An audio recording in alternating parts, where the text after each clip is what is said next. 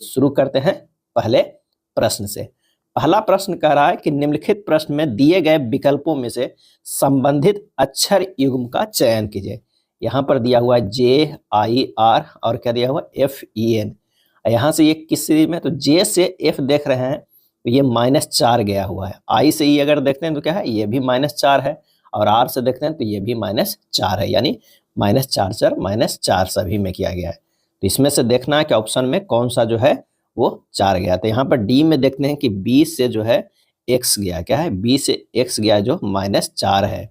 B से -4 करेंगे तो x होगा, सी से -4 करेंगे तो y होगा, और एल से -4 करेंगे तो h होगा। आंसर हमारा कौन सा हो जाएगा, तो हमारा डी हो जाएगा, क्या है, डी हो जाएगा। अगला है एक निश्चित कूट भाषा में, एक निश्चित कूट भाषा में जो है टॉपिक को WRSLF लिखा जाता है, उसी कूट भाषा में वीडियो को कैसे लिखा जाएगा। तो TOPI के टॉपिक को लिखा जा रहा है WRSLF है। यहाँ से देखते हैं T से W गया, कितना है, +3 किया गया है। O से R गया है, +3 है। P से S गया है, +3 है। I से L गया है, +3 है। C से F गया है, ये भी +3 है। तो बस हमें वीडियो में भी क्या करना है, वीडियो में +3 सभी में कर देना है। तो यहाँ से +3 करेंगे तो ये y हो जाएगा, I से +3 करेंगे तो L होगा, और D से +3 करेंगे तो क्या होगा, G होगा। E से +3 करेंगे तो H होगा, और O से +3 करेंगे तो R होगा। हमारा कौन सा आंसर आ गया, YIGHR। आंसर जो हमारा हो जाएगा, सॉरी YIL है, I से +3 गया है तो L होगा, तो YLGHR कौन सा है दूसरा का, तो वो है बी, हमारा आंसर हो जाएगा, क्या है, बी हो जाएगा। चलिए अगले नंबर प्रश्न पे चलते हैं। अगला नंबर प्रश्न कह रहा है कि किन दो चिन्हों और दो संख्याओं, ना कि अंकों को आपस में बदलने से समीकरण सही होगा। अब यहाँ प्रश्न में है कि कौन सा ऑप्शन रखेंगे कि हमारा जो है ये समीकरण सही हो जाएगा। तो आप गुना करके देखिए, 2 में गुना है, 1 में भागा है और 1 में प्लस है, यानी 1 में भाग दिया हुआ, 1 में प्लस है, 2 में गुना है। तो हम गुना का ही एक बार देखते हैं, ऑप्शन ए से चेक कर लेते हैं। तो 5 × 3 - 9 + 8 भागा 2 है ना, = 10 आना चाहिए। ये समीकरण जो है वो सही बैठना चाहिए। तो 5 ये क्या होगा, 15 - 9 प्लस क्या हो जाएगा 4 बराबर क्या होगा, ये 10 हो जाएगा। तो ये हो गया 19 - 9 = 10, यानी ये 10 = 10 दोनों जो है बराबर हो रहा है, यानी हमारा पहला ऑप्शन ही मिल जा रहा है, ऑप्शन ए हो जाएगा, क्या है, ऑप्शन ए हो जाएगा।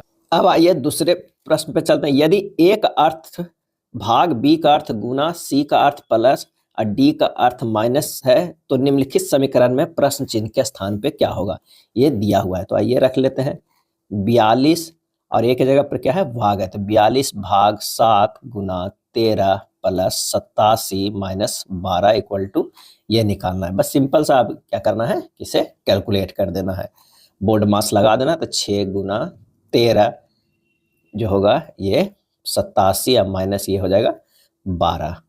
अब इसे और सिंपल करेंगे तो ये 78 + 87 - 12 165 - 12 ये हो जाएगा कितना, 153। आंसर कौन सा हो जाएगा, ऑप्शन जो है वो ए आ जाएगा, क्या है, ए आ जाएगा।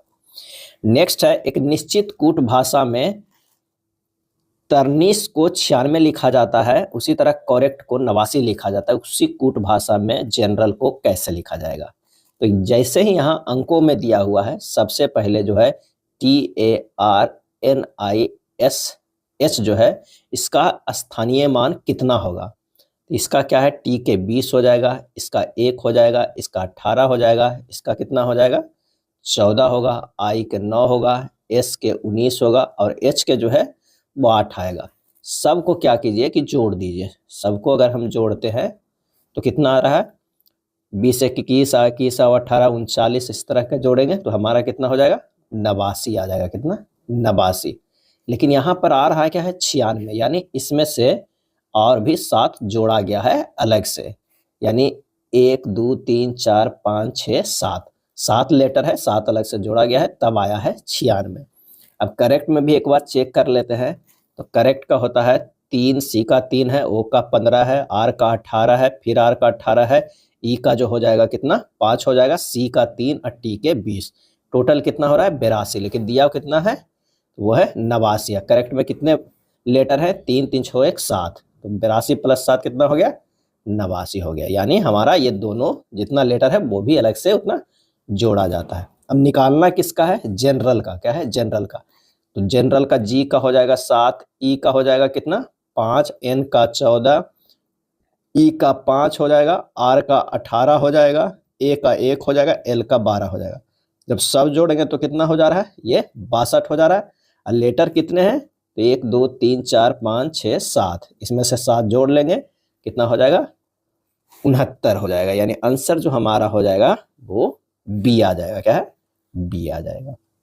चलिए नेक्स्ट देखते हैं। कह रहा है कि दिए गए ड्राइंग में पेंटागोनल पिरामिड जो है वो पहचानना है। एक फिगर दिया हुआ है उसमें पेंटागोनल पिरामिड को पहचानना है। तो यहाँ पर हम लोग देख रहे हैं कि ये जो है वो क्या है ये त्रिभुजाकार है, क्या है त्रिभुजाकार है, ये जो है वो त्रिभुजाकार है। अगर हम बी की बात करें तो ये है वर्गाकार, क्या है वर्गाकार है, देखिए वर्गाकार है। ये सी वाला जो है वो पंचभुजाकार है, पंचभुजाकार है। और ये जो है ये षष्ठभुजाकार है, षष्ठभुजाकार पिरामिड है। ये सभी पिरामिड है लेकिन जो है त्रिभुजाकार, वर्गाकार, पंचभुजाकार, षष्ठभुजाकार, हमें कह क्या रहा है पेंटागोनल यानी पंचभुजाकार। आंसर जो हमारा हो जाएगा वो कौन सा हो जाएगा सी हो जाएगा, क्या है सी हो जाएगा। चलिए अगला प्रश्न है कि नीचे चित्र में प्रदर्शित 3 mm मोटे टेम्पलेट को गलत तरीके से विमांकित यानी डायमेंशन किया गया है, कितने डायमेंशन गलत तरीके से दिखाए गए हैं। तो सबसे पहले इसमें से क्या है डायमेंशन हमें देख लेना है कितने तरह के किए गए हैं। तो 1 डायमेंशन, 2 3 4 5 6 7 8 9 किए गए हैं। लेकिन यहाँ पर जो है ये 9 में जो है एक सिर्फ ये 15 वाला जो यहाँ पर किया गया है ये सही है, ये 15 सही है, बाकी सब जो है वो गलत तरीके से किए गए हैं, क्या है गलत तरीके से। तो यहाँ पर जो आंसर हो जाएगा कितना 9 में से 1 गया 8, आंसर जो होगा ये सी हो जाएगा 8 हो जाएगा। और इसमें जो कितने डायमेंशन हो सकते हैं क्या है ये 15 है, इसके जो ऊपर होगा ये 45 होगा। सबसे कम वाला जो है वो नीचे लिखा जाता है, क्या है नीचे लिखा जाता है, उसके बाद है ऊपर लिखा, ये हो जाएगा 45 का। और यहाँ से जो हम देखेंगे तो ये होगा कितना ये होगा 32 का, यहाँ से यहाँ तक जो होगा ये 70 का होगा, क्या होगा 70 का होगा। और यहाँ तक जो डायमेंशन है सभी एक तरफ ही लिखा जाना चाहिए, ये जो होगा 80 एक तरफ लिखा जाने, छोटा से बड़ा तक के लिखा जाएगा। कितना हो जाएगा ये होगा 32 70 और 80, यहाँ से डायमेंशन ये भी निकल जाएगा, जो यहाँ पर 80 दिया हुआ है ये यहाँ पर हो जाएगा। और ये नीचे जो होगा ये 35 का होगा। क्यों 35 का, क्योंकि ऊपर से हम नहीं देख पाएंगे कि कहाँ कटा, तो फिर आपको इस तरह के करके ऊपर लिखना होगा तब होगा, नहीं तो ये 35 का। तो टोटल यहाँ पर जो है वो 6 तरीके से डायमेंशन इसमें लिख सकते हैं आप। 6 डायमेंशनों की न्यूनतम संख्या जो होगा 6 होगा। लेकिन यहाँ करा कितने डायमेंशन गलत तरीके से दिखाए गए हैं, तो टोटल 9 है और एक जो है वो सही 15 वाला है। तो 9 में से एक गया कितना 8, आंसर हो जाएगा सी। चलिए अगले प्रश्न पे चलते हैं। कह रहा है कि यदि दो कोनों का योग 90 डिग्री है उसे क्या कहते हैं, उसे क्या कहते हैं। अगर दो कोनों का योग 90 डिग्री है, इसका जो सही आंसर हो जाएगा उसे बोलते हैं कंप्लीमेंट्री एंगल। क्या बोलते हैं कंप्लीमेंट्री होता है। दो कोनों का योग अगर 90 डिग्री है उसे बोलते हैं कंप्लीमेंट्री एंगल। अगला प्रश्न है कि 35 - 28 - 60 भाग 4 प्लस 26 भाग 13 का मान निम्न में से किसके बराबर है। तो बस इसके बराबर है, तो बस इसे सिंपल हल करना है। ये हो जाएगा 35 - 28 - 15 प्लस 2, ये हो जाएगा 35 - 28 - 17, हो जाएगा 35 - 11 कितना हो गया 24। आंसर जो हमारा हो जाएगा वो सी हो जाएगा, क्या है सी हो जाएगा। नेक्स्ट है एक ट्रेन जो है वो 80 किलोमीटर पर घंटा की चाल से 60 किलोमीटर, 90 किलोमीटर पर घंटा की चाल से 100 किलोमीटर और 120 किलोमीटर पर घंटा की चाल से अन्य 140 किलोमीटर की दूरी तय करती है। पूरी यात्रा के लिए औसत चाल ज्ञात कीजिए। पूरी यात्रा का औसत चाल बराबर क्या होता है, औसत चाल बराबर होता है कुल दूरी बटा क्या हो जाएगा कुल समय हो जाएगा, क्या है कुल समय हो जाएगा। तो आइए यहाँ पर देख लेते हैं। कुल दूरी जो हुआ 60 किलोमीटर प्लस 100 किलोमीटर प्लस कितना है 140 किलोमीटर। अब कुल समय कितना है, जो 60 किलोमीटर है वो चला जा रहा है 80 के स्पीड से, 100 किलोमीटर चला जा रहा है 90 के स्पीड से, और 140 किलोमीटर जो है चला जा रहा है कितना 120 के स्पीड से। तो ये हो गया कुल दूरी ऊपर वाला, नीचे कुल समय। बस इसे हल कर देना है। तो ये हो जाएगा 300 बटा 3/4 प्लस 10/9 प्लस 7/6। यहाँ पर हो जाएगा 300, और जब ये करेंगे तो यहाँ पर ऊपर चला जाएगा 36, ये हो जाएगा 109। इसे काट पीट कीजिएगा, आ जाएगा 99.08 जो है किलोमीटर पर आवर। क्या है, किलोमीटर पर आवर। आंसर हमारा जो हो जाएगा ए हो जाएगा। क्या है, ए हो जाएगा। अगला है 12 सेंटीमीटर व्यास वाले तांबे के एक गोले को 4 मिलीमीटर व्यास वाले एक तार के रूप में जो है वो खींचा जाता है। तार की लंबाई क्या ज्ञात करें। कोई गोला है और उसको क्या है बनाना है तार में, ठीक है ना, वो भी 4 मिलीमीटर व्यास वाले एक तार के रूप में। तो यहाँ पर जो हो जाएगा आयतन बराबर कीजिए, तो तार का आयतन बराबर हो जाएगा गोले का आयतन। क्या है, गोले का आयतन हो जाएगा।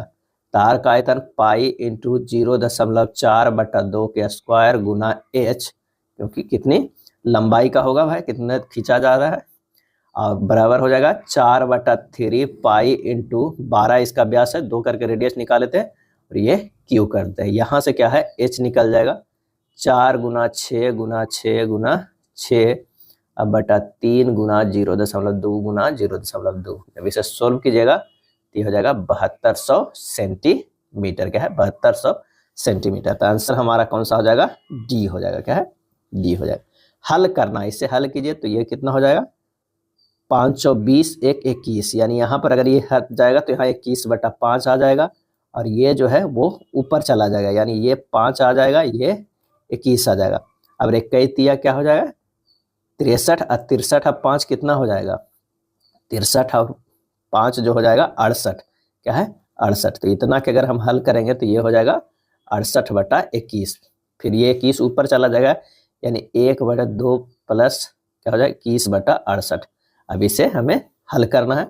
जब इसे हल करेंगे तो ये कितना हो जाएगा 1/157/68। ये 68 ऊपर चला जाएगा, 68/157 आ जाएगा। आंसर कौन सा हो जा रहा है, तो आंसर हमारा हो रहा है वो हो रहा है बी। क्या है, बी आ रहा है 68/157। यानी हमें क्या करना है कि सिंपली अपना हल करते चल जाना, यहाँ से फिर इसको उलट देंगे, फिर यहाँ से हल करेंगे, इसे उलट देंगे, तो हमारा हो जाएगा 68/157। चलिए 13 नंबर प्रश्न पे आते हैं। कह रहा है कि 32 गुना 33 गुना 34 गुना 35 के गुणनफल के अंतिम अंक जो है वो क्या हो जाएगा। तो सबका अंतिम अंक का सिर्फ गुना कर दीजिए। तो 3 दूना 6, 6 चौ 24 और 24 बचे 20, यानी लास्ट में 4 है, 5 से 5 20 जीरो आ जाएगा। आंसर जो है अंतिम अंक क्या हो जाएगा, वो हो जाएगा सी आ जाएगा, अंतिम अंक 0 आ जाएगा। फर्मी वह मात्रक है जो व्यक्त करता है। क्या है, फर्मी वह मात्रक है जो व्यक्त करता है। क्या व्यक्त करता है, तो ये लंबाई व्यक्त करता है। क्या है, लंबाई, क्योंकि एक फर्मी बराबर जो हम लोग जानते हैं, कितना जानते हैं, एक फर्मी बराबर 10 के पावर 15 मीटर होता है। क्या है, 10 के पावर -15 मीटर होता है। फर्मी द्वारा नाभिकीय त्रिज्या मापी जाती है। क्या है, नाभिकीय त्रिज्या मापी जाती है। ऊर्जा का एसआई मात्रक क्या होता है, ऊर्जा का जो एसआई मात्रक होता है वो जूल होता है। क्या है, जूल होता है। कभी कभी ये भी पूछ लेता है कि 1 जूल बराबर कितना अर्घ के बराबर होता है, तो 10 के पावर 7 अर्घ के बराबर होता है। क्या है, 10 के पावर 7 अर्घ। चलिए नेक्स्ट प्रश्न पे चलते हैं। नेक्स्ट कह रहा है कि रेखीय संवेग के आघूर्ण यानी मोमेंट ऑफ लीनियर मोमेंटम को क्या कहते हैं। क्या कहते हैं, इसे कहते हैं कोणीय संवेग। क्या कहते हैं, कोणीय संवेग कहते हैं। रेखीय संवेग के आघूर्ण को कोणीय संवेग जो है वो कहा जाता है। चलिए नेक्स्ट है संडासी, हाथ का पंजा, क्रिकेट बैट और सेफ्टी बल्ब किस लीवर के उदाहरण है। संडासी, हाथ का जो है वो पंजा, क्रिकेट बैट और सेफ्टी बल्ब किस लीवर के उदाहरण है। इसका जो सही आंसर जो हो जाएगा वो तृतीय श्रेणी के उदाहरण है। कितने का है, तो यह है तृतीय श्रेणी का। तृतीय श्रेणी के उदाहरण में क्या होता है कि कोई यहाँ पर अगर ये है तो ये आलम है। क्या है, आलम्ब है, यहाँ पर क्या किया गया है, प्रयास किया गया है, और यहाँ पर जो है वो W है, क्या है, भार जो है वो यहाँ पर है, और ये आलम्ब है, और यहाँ पर से जो है प्रयास किया गया, इसे बोलते हैं तृतीय श्रेणी के लीवर, क्या है, तृतीय श्रेणी के लीवर। फुटबॉल को लात मारना, अग्रिसंडासी, मुख के जबड़े, क्रिकेट बैट का प्रयोग, सिलाई मशीन को पैर से चलाने का भाग, डॉक्टरी चिमटा आदि जो है वो तृतीय श्रेणी के उदाहरण है। अगर द्वितीय श्रेणी की लीवर की बात करें तो वह है नींबू निचोड़ने का मशीन, बोतल ओपन करना, दरवाजा, एक पहिया का कूड़ा गाड़ी आदि जो ये सब होता है वो द्वितीय श्रेणी में आता है। चलिए अगले प्रश्न पे चलते हैं। अगला प्रश्न कह रहा है कि क्रोबार द्वारा 600 किलोग्राम भार को उठाने के लिए जो है वो प्रयास तथा यांत्रिक लाभ जो है कि गणना कीजिए, जबकि आलम्ब से भार की दूरी 10 सेंटीमीटर तक प्रयास की दूरी जो है वो 4 मीटर है।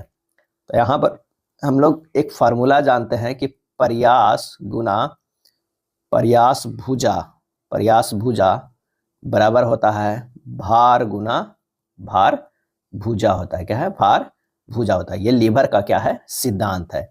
यहाँ पर प्रयास निकालना है और प्रयास भुजा कितना दिया हुआ है, तो दिया हुआ है कितना, 4 मीटर। 4 मीटर को 1 सेंटीमीटर में दिया हुआ है, तो 4 मीटर को सेंटीमीटर में बदल देते हैं तो 400 हो जाएगा, प्लस भार कितना दिया हुआ है 600 किलोग्राम, और भार भुजा कितना दिया हुआ है तो देख लीजिए 10 सेंटीमीटर दिया है, क्या है, 10 सेंटीमीटर गुना 10 कर दीजिए, यहाँ से हमें प्रयास निकल जाएगा। प्रयास बराबर जो हो जाएगा 600 गुना 10 बटा 400, ये दोनों काट देंगे, कितना हो जाएगा, ये 2 से, ये 3 से, ये 5, 5 तिया जो है वो 15 केजी वेट हो जाएगा, क्या है, 15 केजी वेट हो जाएगा। तो यहाँ पर ऑप्शन में कौन सा है, 2 गो आ रहा है, एक 15 केजी लेकिन एक और निकालने के लिए करा है, यांत्रिक लाभ भी है। तो यांत्रिक लाभ बराबर जो होता है, लाभ बराबर होता है भार अब बटा क्या होता है, आयास, क्या होता है, आयास। तो भार बटा आयास होता है। भार यहाँ पर कितना हो गया, तो भार यहाँ पर 600 हो गया, आयास या प्रयास वही हुआ, तो कितना हो गया, तो ये निकला हमें 15। तो 600 बटा 15 बराबर क्या हो जाएगा, ये 40 आ जाएगा, क्या है, ये जो है वो 40 आ गया, और एक आ गया 15। 15 और 40 का ऑप्शन कौन सा है, तो वो ऑप्शन ए में है। आंसर हमारा जो हो जाएगा वो ए हो जाएगा। अगला प्रश्न है कि 5 गुना 20 सेंटीमीटर आकार की एक वस्तु पर 50 किलोग्राम का बल लगाने पर उसका प्रतिबल जो है वो क्या होगा, प्रतिबल। तो प्रतिबल जो फार्मूला होता है, प्रतिबल बराबर बल बटा क्षेत्रफल होता है, क्या है, बल बटा क्षेत्रफल होता है। तो यहाँ पर बल कितना लगा रहे हैं 50 केजी वेट लगा रहे हैं, और यहाँ पर जो क्षेत्रफल है वो कितना है 5 सेंटीमीटर अगुना 20 सेंटीमीटर, यानी ये हो जाएगा कितना, 50 बटा क्या हो जाएगा 100 हो जाएगा, यानी हमारे पास ये कट के आ जाएगा, कितना हो जाएगा 0.5 केजी वेट पर सेंटीमीटर स्क्वायर आ जाएगा। कौन सा ऑप्शन में है, ऑप्शन में जो है डी है, क्या है, डी है। आंसर जो हो जाएगा डी हो जाएगा। चलिए 19वें नंबर प्रश्न कह रहा है कि एक घोड़ा और एक कुत्ता एक गति पर दौड़ रहे हैं, यदि घोड़े के भार कुत्ते के भार से 5 गुना अधिक है तो उनकी गति ऊर्जा का अनुपात क्या होगा, गति ऊर्जा का अनुपात जो है वो क्या होगा। तब सबसे पहले अनुपात है के लिए क्या करना होता है, घोड़ा का गति ऊर्जा निकालना होगा, क्या है, घोड़ा का गति ऊर्जा अब बटा क्या निकालना होगा, कुत्ते का गति ऊर्जा, कुत्ते का गतिज ऊर्जा। यहां से हम करते हैं हाफ mv स्क्वायर, और इसका जो है कुत्ते का क्या है हाफ mv स्क्वायर, क्योंकि कह रहा कि घोड़ा और कुत्ता की एक गति से दौड़ रहे हैं, यदि घोड़े के भार कुत्ते के भार से 5 गुना है, तो भार जो है हम यहाँ पर 5 लिख दिए हैं, और यहाँ पर तो एक ही है, m रखे हैं। जब इसे काटपीट करेंगे तो ये जो रेशियो आएगा वो 5:1 में, क्योंकि यहाँ पर सिर्फ 5 ही अलग है, बाकी सब सेम, 5:1। आंसर जो हमारा हो जाएगा वो बी हो जाएगा। एक और डायरेक्ट की गति ऊर्जा जो है वो डायरेक्टली प्रोपोर्शनल टू m पर है, मास पे है, इससे भी डायरेक्ट आप देख के मार सकते थे, 5:1। अगला है पदार्थ की विशिष्ट उष्मा तथा जल तुल्यांक ज्ञात करने के लिए किस यंत्र का प्रयोग करते हैं। पदार्थ की विशिष्ट उष्मा तथा जल तुल्यांक ज्ञात करने के लिए किस यंत्र का प्रयोग करते हैं, तो इसका सही आंसर जो हो जाएगा वो हो जाएगा सी, कैलोरीमीटर। क्या है, कैलोरीमीटर है। अगर हाइड्रोमीटर की करते हैं तो वस्तु का जो है, वस्तु का क्या नापते हैं, घनत्व, क्या है, वस्तु का घनत्व मापा जाता है। बैरोमीटर से क्या मापा जाता है, वायुमंडलीय जो है वो दाब मापा जाता है, वायुमंडलीय दाब मापा जाता है। और थर्मामीटर जो है जिसे टेम्परेचर मापा जाता है शरीर का। और एक और भी कई बार पूछा जाता है पायरोमीटर, क्या है, पायरोमीटर, इससे भी जो है उच्च तापमान, क्या है, उच्च तापमान को हम मापते हैं, उच्च तापमान को मापते हैं। अगला है निम्नलिखित 4 विकल्पों में से 3 किसी प्रकार से समान है और इस प्रकार एक समूह बनाते हैं, वह विकल्प कौन सा है जो उस समूह से संबंधित नहीं है। यहाँ पर P से जो है वो R गया है तो यहाँ पर +2 है, और R से U गया है तो +3 है। यहाँ पर देखते हैं M से O गया है +2 है, O से R गया है ये भी +3 में है, B से D गया ये +2 है, D से G गया ये भी +3 में। तो ये तीनों तो सिमिलर है, तो निश्चित है कि हमारा आंसर जो होगा वो D होगा। एक बार चेक भी कर सकते हैं, G से J गया है तो ये +3 है, और J से M गया है ये भी +3 है, यानी ये +3 का है, तो आंसर हमारा होगा D हो जाएगा, क्या है, D हो जाएगा। कह रहा है कि शब्द जो है किंगडम के प्रत्येक अक्षर को अंग्रेजी वर्णमाला के क्रम में व्यवस्थित किया जाता है। अगर हम अंग्रेजी वर्णमाला के क्रम में व्यवस्थित करेंगे तो क्या होगा, DGIKMNO होगा। उसके बाद कह रहा है इस प्रकार बने अक्षर समूह में बाएं से चौथे, बाएं से जो है वो चौथे, बाएं से चौथे अक्षर और दाएं से सबसे अंत वाले अक्षर, दाएं से सबसे अंत वाले अक्षर के बीच अंग्रेजी वर्णमाला क्रम में श्रृंखला कितना है, यानी के से लेके हमको ओ तक में कितने अक्षर हैं। तो के से ओ तक के है KLMN और वो तो आ ही गया, कितने अक्षर है, तो ये 3 है। आंसर हमारा जो हो जाएगा वो बी हो जाएगा, क्या है, बी हो जाएगा। दिए गए विकल्पों में से उस संख्या का चयन कीजिए जो निम्नलिखित श्रृंखला में प्रश्न चिन्ह के स्थान पे आ सकती है। अब ये प्रश्न है, इसमें देखना है सीरीज वाले के 426 से जो है 426 से 423 कितने पे गया है, तो ये यहाँ पर जो है वो -3 किया गया है। और यहाँ पर से 423 से जो गया है कितना 414 गया है, यानी यहाँ पर जो किया गया है वो कितना 6 3 9 9 किया गया। 9 को हम लिख सकते हैं 3 के स्क्वायर किया गया है। अब यहाँ से 414 से देखते हैं, 414 से कितना गया 387। अगर ये देखते हैं 14 13 क्या हो जाएगा, तो ये हो जाएगा 27। ये 27 जो है इसे 3 के क्यू लिख सकते हैं, यानी ये जो है वो 3 के क्यू पे गया है। 387 से 306 जो है 3 के पावर 4 गया होगा, और 306 से अब जो जाएगा वो कितना हो जाएगा 3 के पावर 5 माइनस में करना है। तो 3 के पावर 5 माइनस जब करेंगे तो हमारा जो आ जाएगा वो कितना आ जाएगा 63 आ जाएगा, क्या है 63 करने के बाद तो आंसर कौन सा हो जाएगा, सी हो जाएगा, क्या है, सी हो जाएगा। चलिए अगले प्रश्न पे चलते हैं कि नीचे 4 पद दिए गए हैं जिनमें से 3 किसी प्रकार जो है वो एक समान है और एक जो है वो भिन्न है। उस पद को चुनिए जो हमें भिन्न मिल रहा है। तो ई से जो है वो आई गया है, ये है +4, ई से +4 करें। आई से एफ जो है वो -3 है, एल से पी गया है वो भी +4 है, और पी से एम गया है वो -3 है, पी से टी जो गया है वो भी +4 है, और टी से क्यू गया ये -3 है, यू से क्यू गया है तो ये -4 है, और क्यू से टी जो है वो +3 है। तो हमारा डिफरेंस कौन सा आ रहा है, इसमें -4 और +3 है, क्या है +3, जबकि सब में +4 और -3 था, तो ये उल्टा है। आंसर हमारा जो है यही मिल गया, डी हो जाएगा। अगला है निम्नलिखित समीकरण को संतुलित करने के लिए किन 2 गणितीय चिन्हों को आपस में बदलना होगा। ऐसे प्रश्न को तो आपको ऑप्शन से ही चेक करना होगा, कोई भी एक ऑप्शन रखना होगा, तब देखना होगा कि समीकरण सही बैठ रहा है या नहीं। यहाँ पर हम सी को ले लेते हैं, यहाँ देखते हैं भाग और गुना के चेंज करके, तो ये हो जाएगा 14 - 96 भाग जो है वो 24 + 16 × 4, तो ये हो जाएगा कितना 14 - 4 + 16 × 4, ये 14 - 4 + 64 क्या है +64, हो जाएगा 78 - 4, ये हो जाएगा 74, जो कि हमारा 74 यहाँ भी है। तो आंसर हमारा जो है वो सी सही बैठ रहा है। आपको चेक करना ही होगा, अब जितना जल्दी बोर्ड मास लगा के चेक कर सकते हैं। चतुर्भुज के चारों कोणों का योग कितना होता है, चतुर्भुज के चारों कोणों का योग जो होता है वो 360 डिग्री होता है। कितना होता है 360 डिग्री होता है। अगर त्रिभुज की बात करें तो त्रिभुज का कितना होता है, तो वो होता है 180 डिग्री। अगर कोई पूछ ले वृत्त के कितना होता है तो वो होता है 360 डिग्री। पंचभुज के अगर कोई पूछ ले तो ये हो जाएगा 540 डिग्री, क्या है 540 डिग्री। और षष्ठभुज के अगर कोई पूछे तो कितना हो जाएगा 720 डिग्री।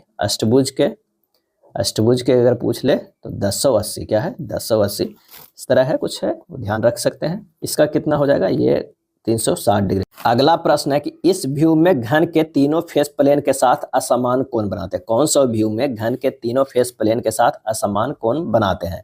अगर मान लिया कि आइसोमेट्रिक हो, क्या हो आइसोमेट्रिक हो, इसमें क्या कहता है कि तीनों फेस जो होता है घन का, तीनों फेस जो है प्लेन के साथ समान कोण बनाते हैं, क्या है समान कोण बनाते हैं। अगर मान लिया कि डायमेट्रिक हो, क्या हो डायमेट्रिक हो, तो इसमें क्या होता है कि डायमेट्रिक व्यू में घन के दो फेस प्लेन, क्या है दो फेस प्लेन जो है वो समान कोण बनाते हैं, क्या है समान कोण बनाते हैं। और ट्राइमेट्रिक, क्या है ट्राइमेट्रिक में जो होता है वो क्या होता है कि तीनों फेस, क्या है तीनों फेस प्लेन के साथ जो है प्लेन के साथ असमान बनाते हैं, क्या है असमान कोण बनाते हैं। तो ध्यान रखिएगा इसमें जो है तीनों जो है वो समान बनाएंगे, इसमें जो है दो समान बनाएंगे, किस डायमेट्रिक में दो समान कोण बनाएंगे, और इसमें जो है वो तीनों जो है एक दूसरे से असमान कोण बनाएंगे। तो आंसर हमारा जो होगा ट्राइमेट्रिक व्यू हो जाएगा, यानी बी हो जाएगा। चलिए अगला है, वस्तु के आइसोमेट्रिक दृश्य व्यू के कई ऊर्ध्वाधर और क्षैतिज सतहें होती हैं। वस्तु में कितनी ऊर्ध्वाधर जो है सतहें कितनी है, तो इसमें तो पहले देखना है कि इसमें कितने सतह है। तो एक तो ये हो जाएगा ऊर्ध्वाधर एक, दूसरा अगर हम करते हैं तो कौन सा हो जाएगा, यहाँ भी हो जाएगा 2 हो जाएगा, इसको मानते हैं 3 हो जाएगा, इसको करते हैं 4 हो जाएगा, ये जो है 5 हो जाएगा, ये वाला जो है 6 हो जाएगा। यहाँ पर 6 तो हमारे पास हो गया। अब 6 के पीछे भी तो एक होगा 7, 5 के पीछे भी तो एक होगा, ये 8 हमारे पास जो है वो ऊर्ध्वाधर है ना। कितने हैं ऊर्ध्वाधर हैं 8, 6 2 कितना 8 जो है टोटल हो गए ऊर्ध्वाधर है। नेक्स्ट है, यदि ए बी सी और डी समानुपात में है तो A square plus C square और B square plus D square के बीच का मध्यानुपात हमें ज्ञात करना है। यहाँ पर जो मध्यानुपात हो जाएगा वो कौन सा हो जाएगा, आइए देखते हैं। b बटा ए बराबर d बटा सी, यानी बी सी बराबर ए डी हो जाएगा। अगर माना कि मध्यानुपात x है, A square plus C square बटा x हो जाएगा, ये x बटा B square plus D square है। बस इसे हमें क्या करना है, सोल्व करना है। आइए इसे सोल्व करते हैं। एक्स स्क्वायर बराबर हो जाएगा a square plus C square, b square plus D square हो जाएगा। एक्स स्क्वायर बराबर हम लिख सकते हैं a square b square plus a square d square plus C square b square plus C square d square. यहाँ से और सिंपल करते हैं, एक्स स्क्वायर बराबर होगा a square b square plus a d into b c plus a d into b c plus C square d square. क्यों हुआ, क्योंकि हमें ए डी बराबर बी सी रख दिए, क्या है ए डी बराबर बी सी जो ये है यहाँ रख रहे हैं। इसे और सिंपल करेंगे तो ये हो जाएगा एक्स स्क्वायर बराबर a square b square plus 2 into a b c d plus C square d square. फिर रखेंगे तो ये एक्स स्क्वायर बराबर हो जाएगा ए स्क्वायर, यानी एक्स बराबर जो हो जाएगा A B plus C D हो जाएगा, क्या है A B plus C D हो जाएगा। आंसर हमारा कौन सा आ जाएगा, बी हो जाएगा। बस इसे सिंपल थोड़ा तोड़ना है, यही इसमें पूछ रहा था। अगला प्रश्न कह रहा है कि 1.05 और 2.1 का एलसीएम क्या होगा। फ्रैक्शन में जैसे ही दिया हुआ है इसे p बाई क्यू के रूप में कर लीजिए, तो 105/100 हो जाएगा, यानी इसको 21/20 लिख सकते हैं। और दूसरा 2.1 को लिख सकते हैं 10 लिख सकते हैं। तो एक है 21/20, एक है 21/10। अब इन दोनों का जो है हमें एलसीएम ले लेना है।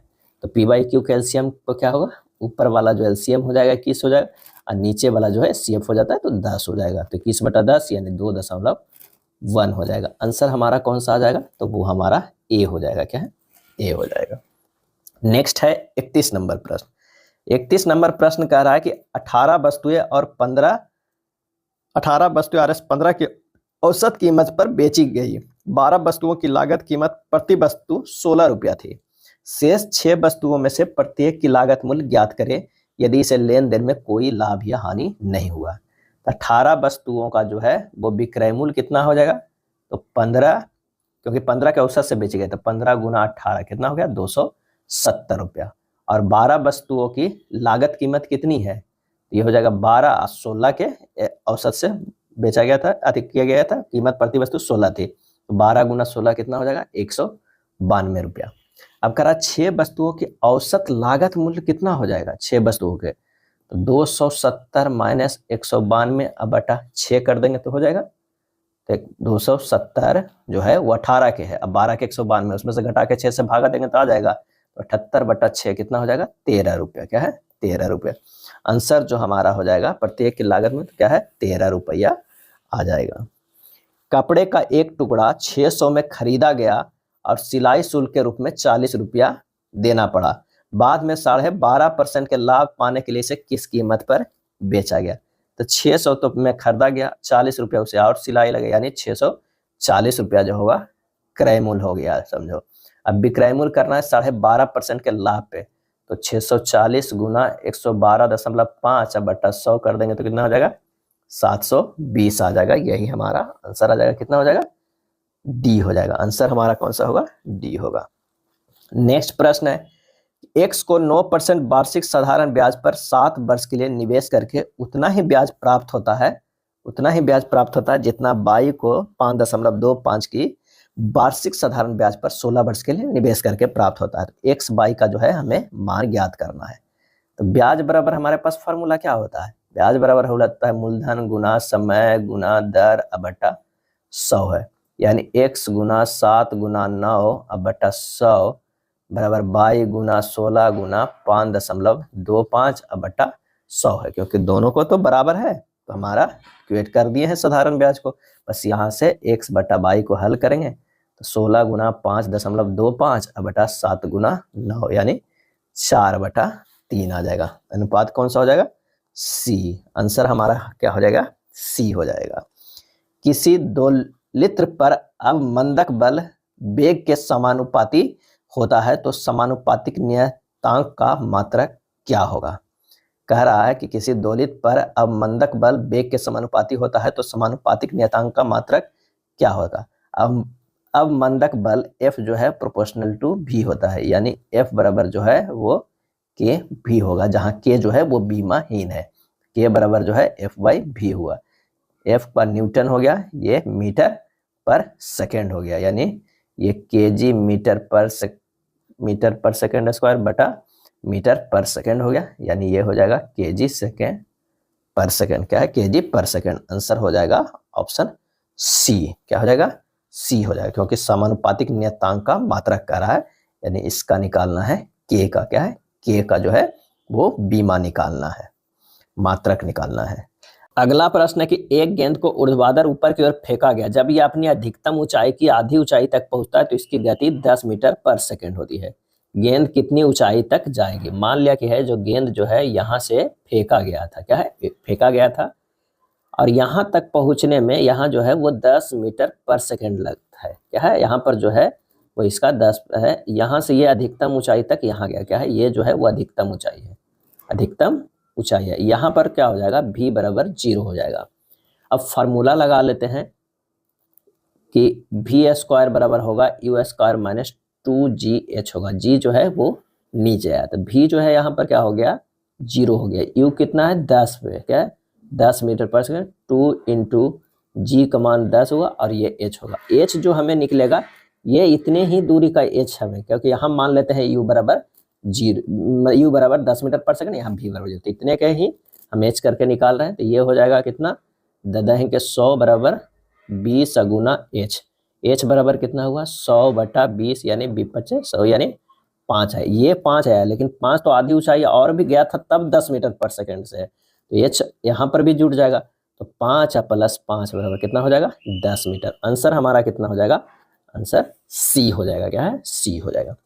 अगला है विराम की अवस्था से गिरती हुई दो चीजें द्वारा यात्रा के चौथे सेकंड तथा 5वें सेकंड में चली गई दूरियों का अनुपात ज्ञात करना है।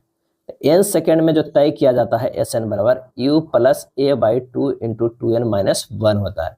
ये यानी जी भी कर सकते हैं क्योंकि वो विराम की अवस्था से गिरती हुई दो चीजें हैं, तो ए की जगह पर आप जी भी लगा सकते हैं। u यहाँ पर क्या है 0 है और a बराबर g है। s 4 सेकंड बराबर होगा g बाई 2 इंटू 2 इंटू 4-1 बराबर 7g बाई 2 हो जाएगा, और s 5 में हो जाएगा g बाई 2 इंटू 5-1 हो जाएगा 9g बटा 2 हो जाएगा। यहाँ पर से जो हो जाएगा s4 बाई s5 बराबर 7 बटा 9, क्या है 7 बटा 9। आंसर कौन सा हो जाएगा बी हो जाएगा, क्या है 36 के बी होगा। 37 नंबर प्रश्न का है एक कूली एक संदूक को 2 मीटर की ऊंचाई तक उठाने में जो है वो 1 मिनट लेता है, लेकिन एक दूसरा कूली उसी संदूक को उतनी ही ऊंचाई तक उठाने में जो है वो क्या करता है 30 सेकंड लेता है। दोनों कुलियों की शक्ति का अनुपात हमें ज्ञात करना है। शक्ति P बराबर होगा किया गया कार्य बटा लिया गया समय, तो P1 बाई P2 बराबर जो हो जाएगा T2 बाई T1, यानी ये 30 सेकंड लेता है, ये 1 मिनट लेता है, यानी 30 बटा 60 सेकंड में कर देते हैं सबको, तो ये हो जाएगा 1 बटा 2, यानी आंसर हमारा जो हो जाएगा वो डी हो जाएगा, क्या है डी हो जाएगा।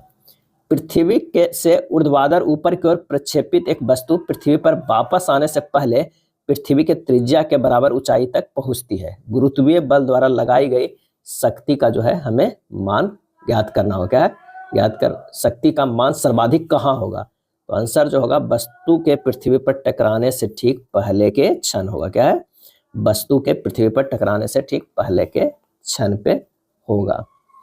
75 केजी द्रव्यमान के एक पुल्ली से उठने के लिए 250 न्यूटन बल की आवश्यकता पड़ती है।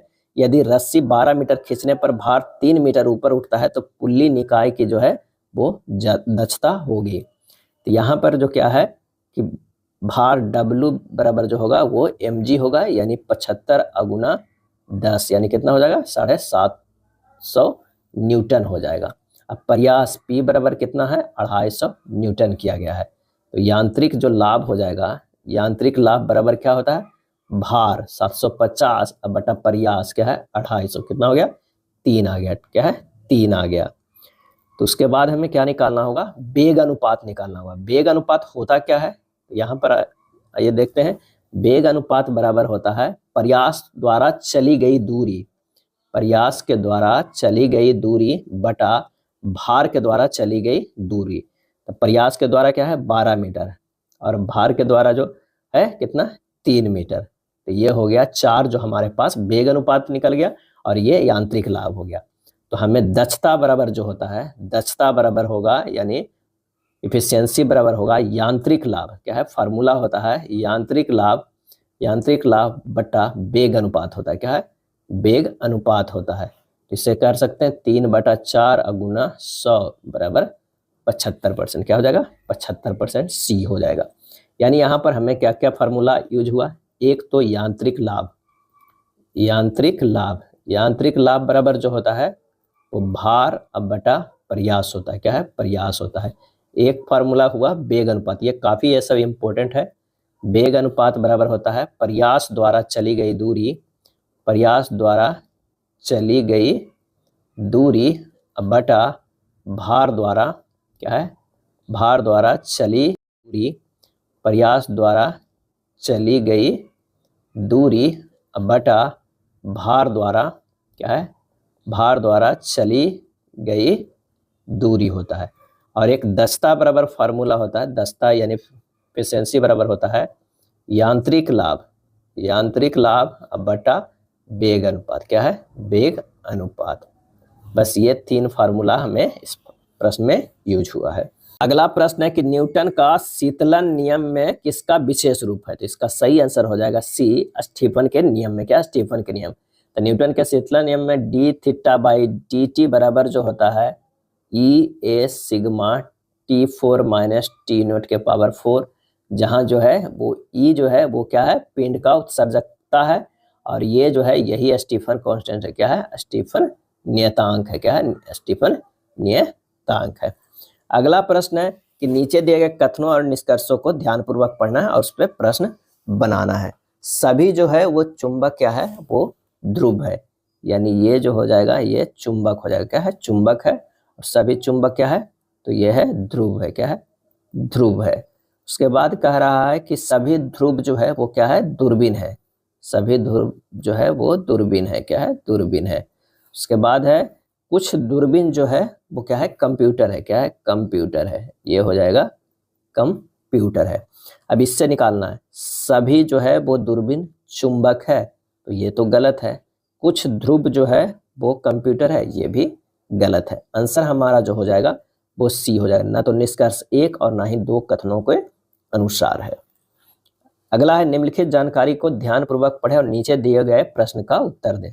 6 लड़का है और 6 लड़कियां हैं, एक पंक्ति में इस तरह खड़े कि प्रत्येक लड़की एक लड़के की ओर मुंह किए हुए है, यानी एक इन सब का इधर मुंह है और इन सब की अगर बात करते हैं तो इधर मुंह है। अगर हम इधर रखते हैं ABCD, इधर लड़का का रखते हैं तो ये क्या है, लड़की का है, क्या है, लड़की का। अब कह रहा है जी उस लड़की के दाईं बगल में खड़ा है जो दाएं छोर पर खड़े लड़के ई की ओर मुंह किए हुए है, यानी यहाँ पर अपने 6 को हम भाग देते 3 4 और ये 5 6 हो जाएगा। यहाँ पर भी 2 3 4 5 6 हो जाएगा। अब एक रखते हैं कि जी उस लड़की के दाईं बगल में खड़ा है। अगर मान लिया कि यहाँ पर हम जी देते हैं, दाईं बगल में खड़ा है जो दाएं छोर पर खड़े लड़के ई की ओर मुंह किए हुए हैं, क्या है, ई की ओर मुंह किए हुए, यानी यहाँ पर हो जाएगा हमारा ई हो जाएगा, क्या है, ई हो जाएगा।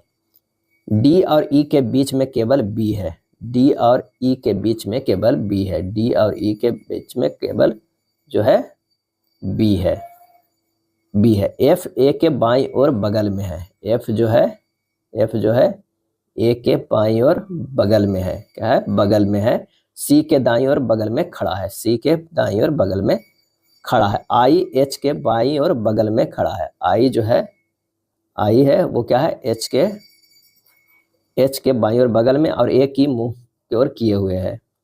एल जे के बाईं ओर तीसरे स्थान पे है, एल जो है वो क्या है, वो जे के बाएं ओर तीसरे स्थान पे, तो यहाँ हो जाएगा जे हो जाएगा, ये बच गया के हो जाएगा। इस तरह है। प्रश्न में कह रहे कौन सा लड़का डी के बाईं ओर बगल में खड़ा है, डी के बाईं ओर बगल में कौन सा खड़ा है, तो वो हो जाएगा आंसर ए, क्या है, ए। ऑप्शन कौन सा हो जाएगा, डी हो जाएगा। दी गई आकृति में कितने त्रिभुज हैं, ये आकृति में कितने त्रिभुज है, तो आप इसे काउंट करने बैठिएगा, काफी लंबा जाएगा। ये सब प्रश्न को आप पहले से देखे रहिएगा तभी आंसर आ सकता है। आंसर जो हमारा इसका हो जाएगा 43 का, वो हो जाएगा ए। टोटल जो इसमें कितने हैं, 36 त्रिभुज है। कितने त्रिभुज है, 36 त्रिभुज है। ध्यान रखिएगा इस तरह के फिगर में कितने, 36। निम्नलिखित श्रेणी में अनुपस्थित अक्षर समूह ज्ञात कीजिए, अनुपस्थित अक्षर समूह ज्ञात कीजिए। तो यहाँ देखते हैं ई से क्या है, जे गया है, ई से जे गया है, +5 किया हुआ है। और जे से क्या करेंगे तो नहीं पता है, लेकिन टी से बाई देखते हैं तो ये भी जो है +5 है, यानी जे से जो जाएगा, जे +5 करेंगे तो हमारा जो ओ आएगा यहीं पर जो होगा एक ओ हो जाएगा, और ओ का एक ही ऑप्शन है, तो हमारा सीधी सीधी आंसर डी आ जा रहा है। कथन एवं निष्कर्ष का प्रश्न है कि कह रहा है कुछ गणितज्ञ तार्किक विचारक है, कुछ जो है वो गणितज्ञ जो है, कुछ नहीं, सभी गणितज्ञ जो है वो क्या है, तार्किक विचारक है। ये हुआ तार्किक विचारक और ये हो गया गणितज्ञ। और कुछ तार्किक विचारक वैज्ञानिक है, ये जो है यहाँ पर ये वैज्ञानिक है, ये वैज्ञानिक है। और कुछ वैज्ञानिक जो है वो मूर्ख है, क्या है, ये मूर्ख है। यहाँ पर जो हो जाएगा ये मूर्ख है। अब निष्कर्ष पे आना है, कुछ वैज्ञानिक मूर्ख नहीं है, कुछ वैज्ञानिक तो मूर्ख नहीं है, लेकिन फिर भी यहाँ जो नहीं के टर्म में तो ये नहीं होगा। कुछ तार्किक विचारक वैज्ञानिक नहीं है, ये भी नहीं के टर्म में, तो आंसर हो जाएगा ये नोट। तो स्पष्ट है कि ये दोनों अनुसरण नहीं करता। एग्जाम में इसी तरह के प्रश्न पूछता है कि कुछ तार्किक विचारक जो है वो वैज्ञानिक नहीं है, ये सब वाला जो है वो वैज्ञानिक नहीं है, लेकिन फिर भी आप ये सही नहीं कीजिएगा क्योंकि यहाँ पर ये निगेटिव में आ रहा है, तो नहीं है, ये भी गलत होगा। आंसर जो हमारा हो जाएगा ए हो जाएगा, क्या, ए हो जाएगा। यहीं पे लोग गलती कर देते हैं, क्योंकि ये भी कुछ में सही कर देते हैं, ये भी कुछ में सही कर देते हैं, तो ये हमारा हो जाता है कि दोनों अनुसरण करते, ये मार दीजिएगा तो ये हमारा ऑप्शन गलत हो जाएगा। यदि एक वृत्त है ना HP और BP दोनों के जो है लंबता है तो इसके पार्श्व दृश्य यानी साइड व्यू जो है हमें क्या बनता है। तो इस तरह के अगर हम प्लेन में देखते हैं तो ये जो होता है वो क्या होता है, VP होता है, और ये जो है वो HP होता है, क्या है, हॉरिजॉन्टल प्लेन और वर्टिकल प्लेन होता है। और कह रहा है कि दोनों के लंबता है, क्या है, दोनों के जो है कोई वृत्त है जो लंबता है। तो इसका आंसर हो जाएगा, वो जो बनेगा वो क्या बनेगा, एक वृत्त ही बनेगा। साइड व्यू जो क्या हो जाएगा, एक वृत्त ही बनेगा। वृत्त के सम्मुख दृश्य जो है फ्रंट व्यू तथा शीर्ष दृश्य है ना टॉप व्यू एक रेखा प्राप्त होगा। टॉप व्यू जब देखेंगे तब हमें क्या मिलेगा, एक रेखा मिलेगा। चलिए नेक्स्ट देखते हैं। यदि दर्शाए गए आलेख चित्र शीर्षक ब्लॉक टाइटल ब्लॉक में दर्शाई जाती है तो इससे ज्ञात होता है, क्या ज्ञात होता है, तो प्रक्षेप की विधि। ये पढ़ना है, ये है जो प्रक्षेप की विधि है। यदि प्रथम कोणीय प्रक्षेप नीति एंगुलर प्रोजेक्शन प्रोसेस को दर्शाता है। प्रथम कोणीय प्रक्षेप विधि में ऑब्जेक्ट को ऑब्जर्वर जिस दिशा में देखता है उसे उल्टा दिशा में प्रक्षेप बनता है, और द्वितीय प्रक्षेप विधि में ऑब्जर्वर जिस दिशा में वस्तु को देखता है प्रक्षेप जो है उसी दिशा में बनता है। तो हमारा हो जाएगा क्या है कि प्रक्षेप का ये विधि है ज्ञात करने का, तो आंसर हमारा ए हो जाएगा।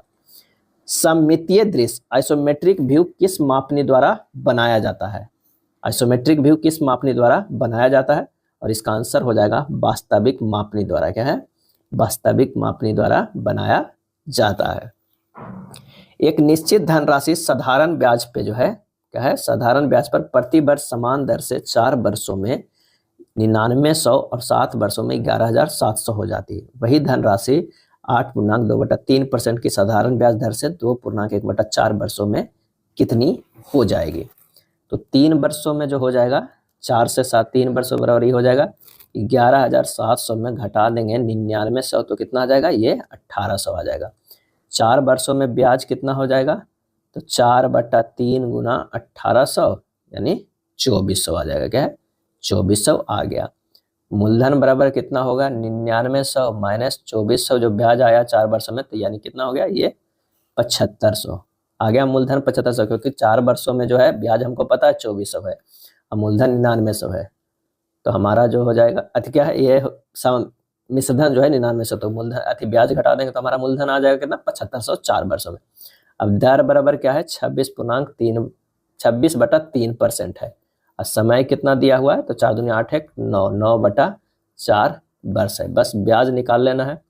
ब्याज बराबर हो जाएगा 7500 गुना 26 गुना 9, और नीचे हो जाएगा कितना, 100 गुना 3 गुना 4। बस इसे कैलकुलेट कीजिएगा, 1462.5 आएगा। क्या आएगा, ये ब्याज आएगा। कह रहा है कितनी हो जाएगी, तो 7500 में से वो जोड़ना होगा कितना, 1462.5। तो यहाँ पर जो आंसर हो जाएगा वो कौन सा हो जाएगा, सी हो जाएगा। क्या है आंसर जो हमारा हो जाएगा, सी 162.50। चलिए 50वें नंबर प्रश्न पे आते हैं। कह रहा है कि ए और बी किसी काम को क्रमशः 12 दिनों और 20 दिनों में पूरा करते हैं। ए जो है वो कितने दिनों में पूरा करते हैं, तो वो 12 दिनों में, और ये 20 दिनों में। दोनों का अगर एलसीएम लेंगे तो कितना हो जाएगा, 60 आ जाएगा। क्या है, 60 आ जाएगा। एक जो है 12 दिनों में, ये 20 दिनों में, एलसीएम लिए तो 60 आ गया। इसका क्षमता 5, इसकी क्षमता 3 हो जाएगा।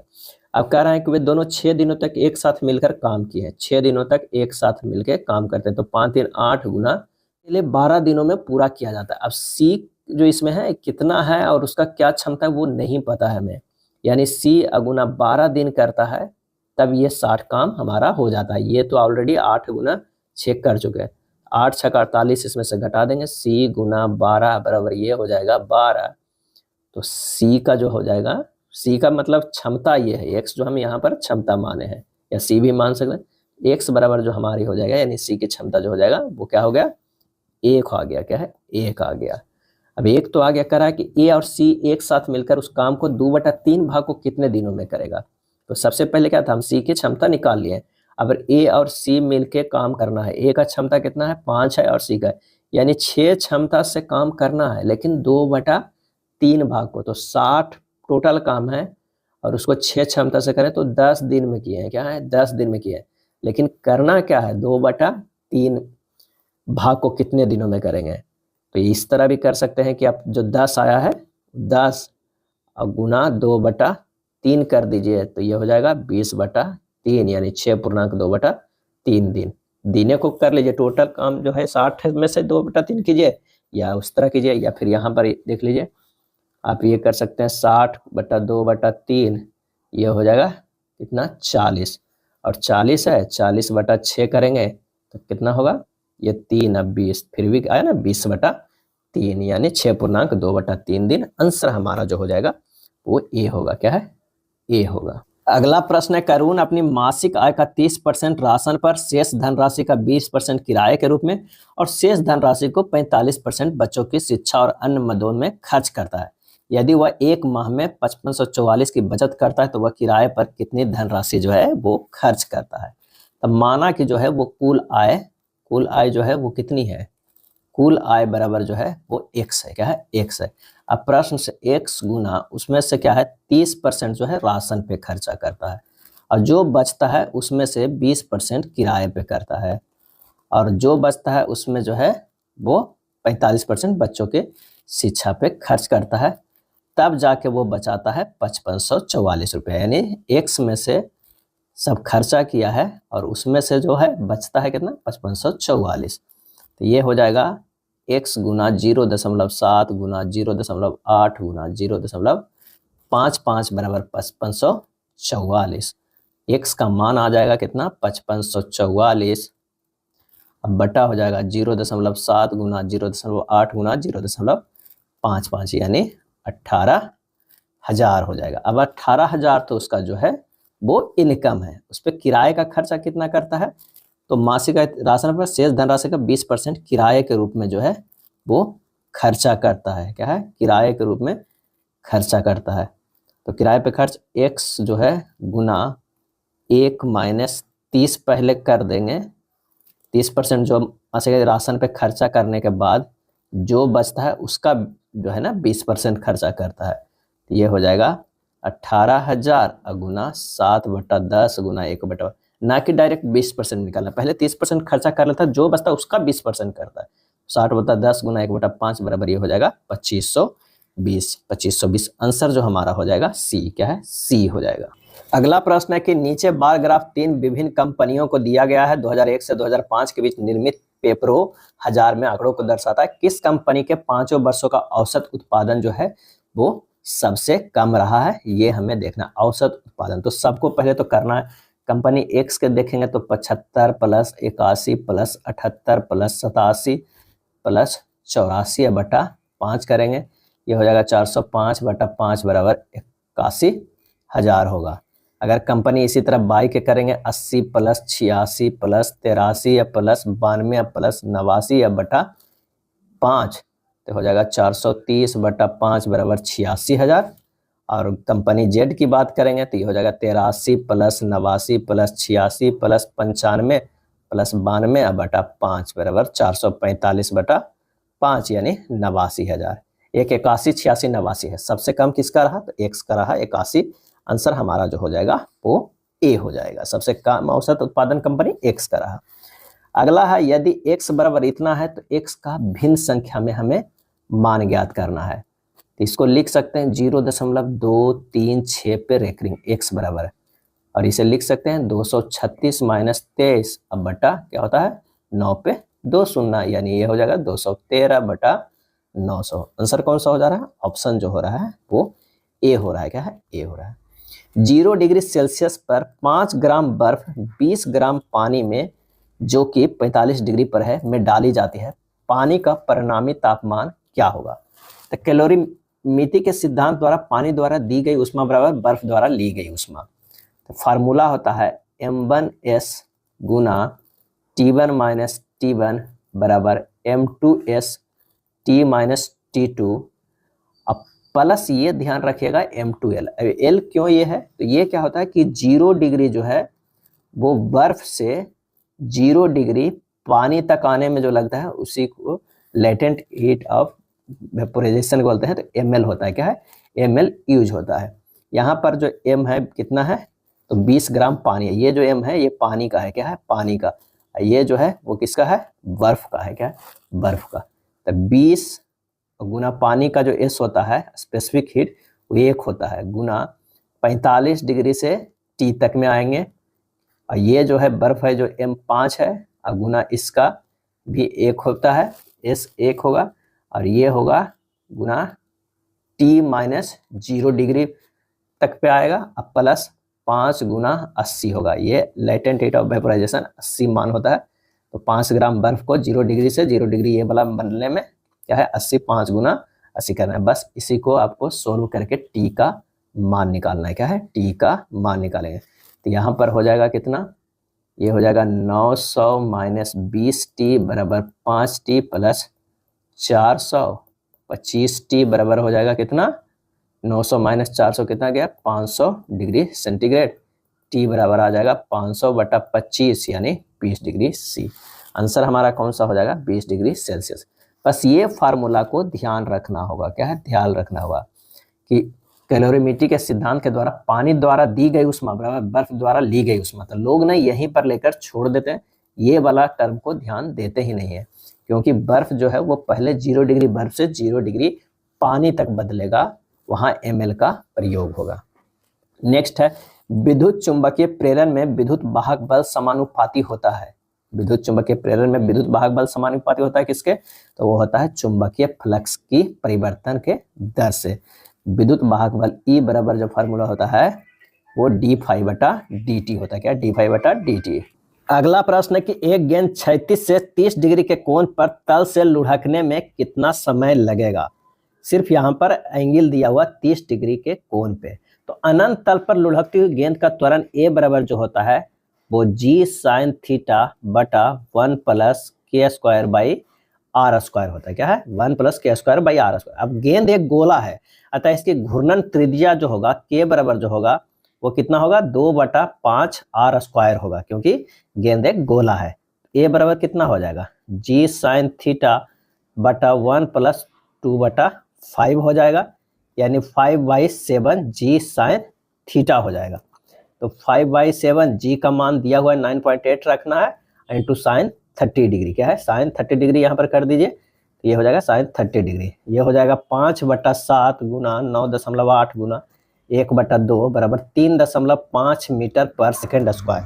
तो कह रहा कितना समय लगेगा, अब समय निकालें। यहाँ पर हमें A निकल गया है, अब समय के लिए क्या करना होगा, फार्मूला लगाना है गति के द्वितीय समीकरण। S बराबर जो होता है ut plus half a t square, जहां u बराबर जो हो जाएगा वो 0 होगा। प्रश्न में S बराबर भी कुछ दिया हुआ रहना चाहिए, तभी कितना समय लगेगा पता चलेगा। तो S अगर मान ले के 7 अगर रहता तभी से बनाते हैं, 7 बराबर 0 plus half into 3.5 into T square हो जाएगा, यानी टी होगा टी स्क्वायर बराबर जो हो जाएगा 7 गुना 2/3.5 बराबर कितना हो गया, 4। टी स्क्वायर बराबर कितना, 4 आ गया। तो टी बराबर कितना हो जाएगा, 2। आंसर जो हमारा आ जाएगा 2 सेकेंड आएगा, तब जब एस बराबर 7 है, जो कि ये मिसिंग है, तो ये हो जाएगा ए।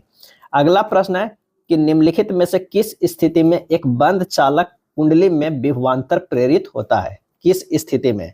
और इसका सही आंसर जो हो जाएगा वो हो जाएगा कौन सा, तो वो हो जाएगा सी, या तो क्षण चुंबक को बंद कुंडली की ओर ले जाया जाने पर, या बंद कुंडली को क्षण चुंबक की ओर ले जाने पर।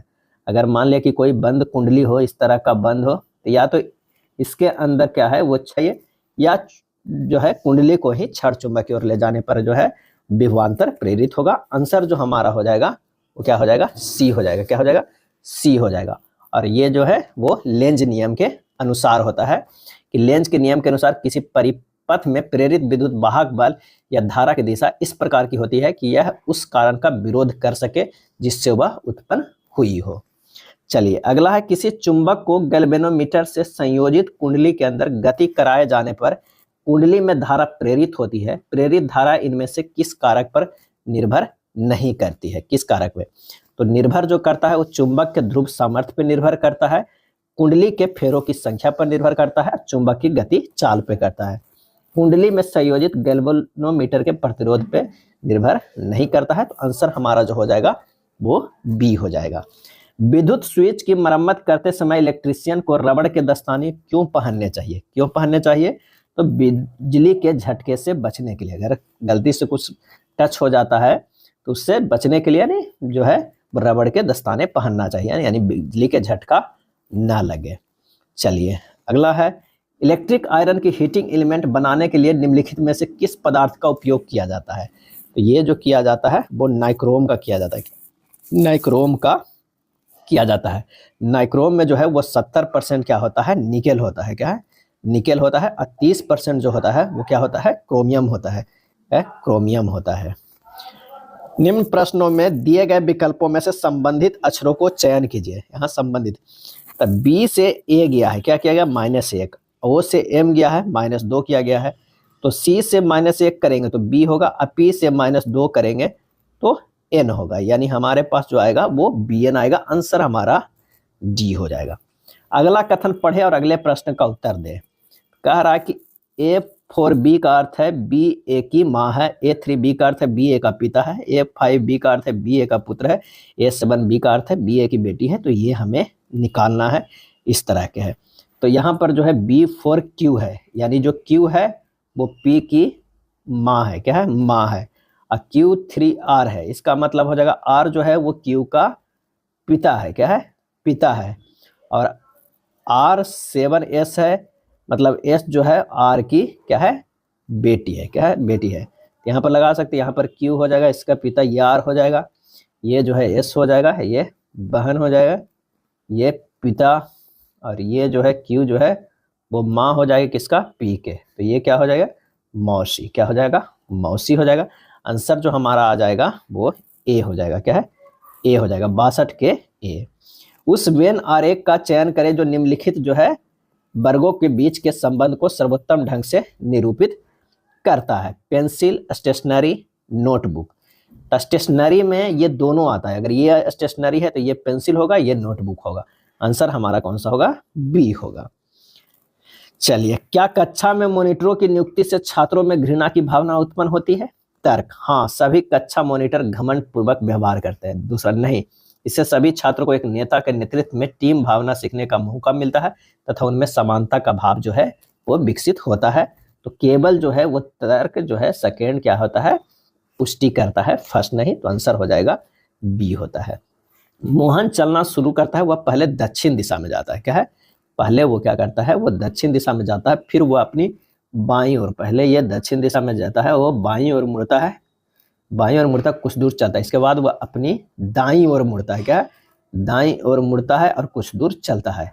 यदि वह अपनी बाईं ओर, अब यदि वह अपनी बाईं ओर मुड़ता है, बाईं ओर मुड़ता है और पुनः कुछ दूर चलता है, तो वह मोहन किस दिशा में चल रहा है?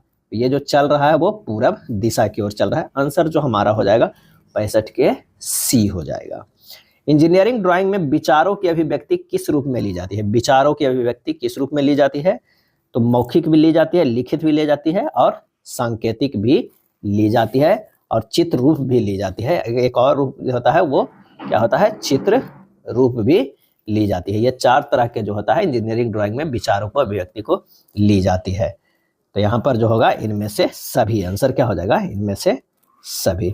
अगला है मध्यम ग्रेड पेंसिल निम्न में से कौन सी नहीं है? मध्यम ग्रेड इनमें से जो है वो कौन सी नहीं है, ये बताना है।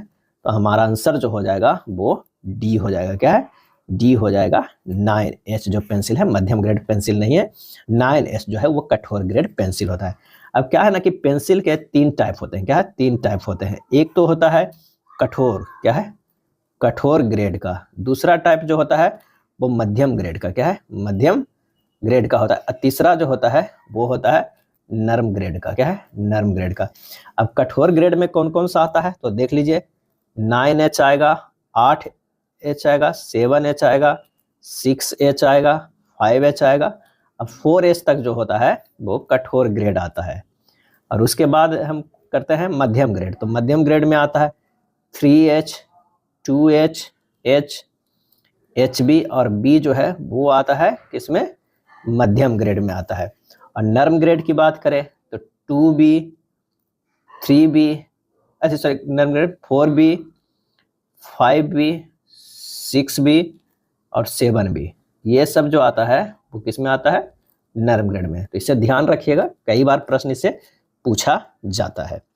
चलिए अगला है ड्राइंग बोर्ड कई आकार के होते हैं। D1 नामित ड्राइंग बोर्ड का साइज जो है वो क्या है? D1 की अगर बात किया जा रहा है, यहाँ D0 जो होता है वो होता है 1500 गुना 1000 गुना 25 का। अगर D1 की बात करें 1000 गुना 700 गुना 25 होता है।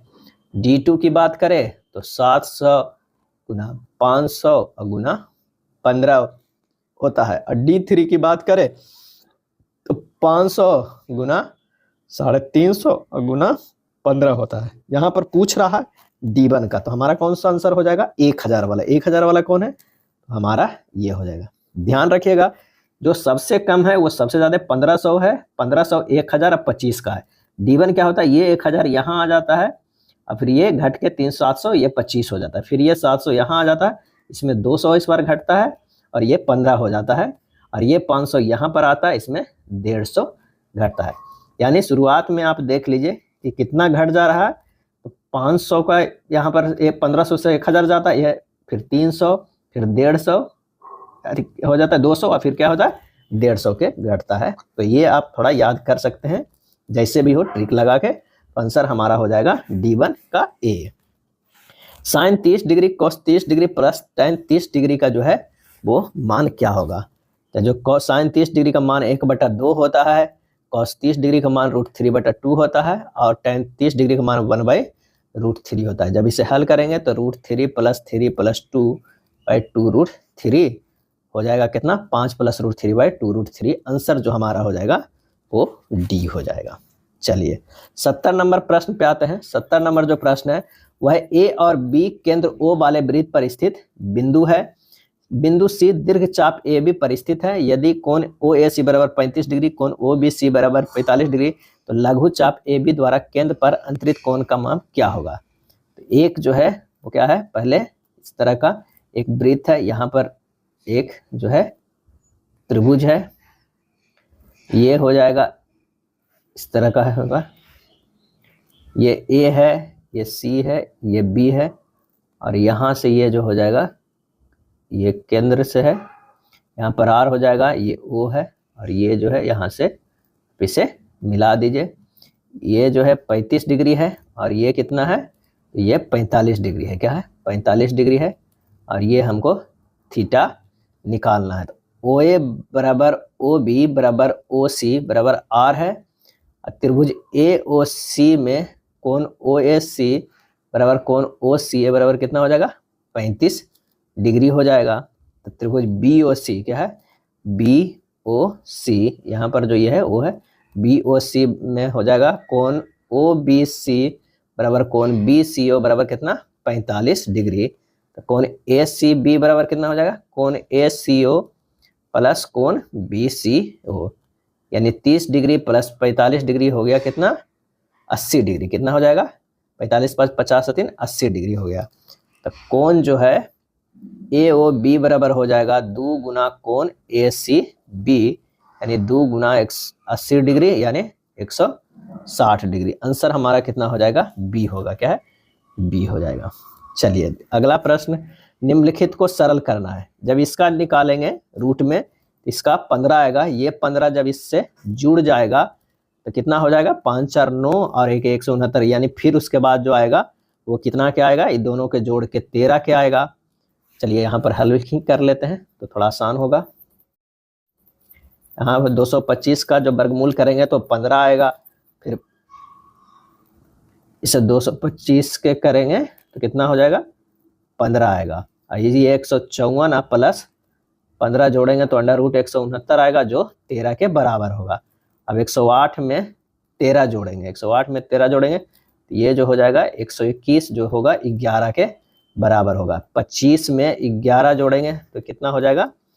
36, √36 जो कि 6 के बराबर होगा।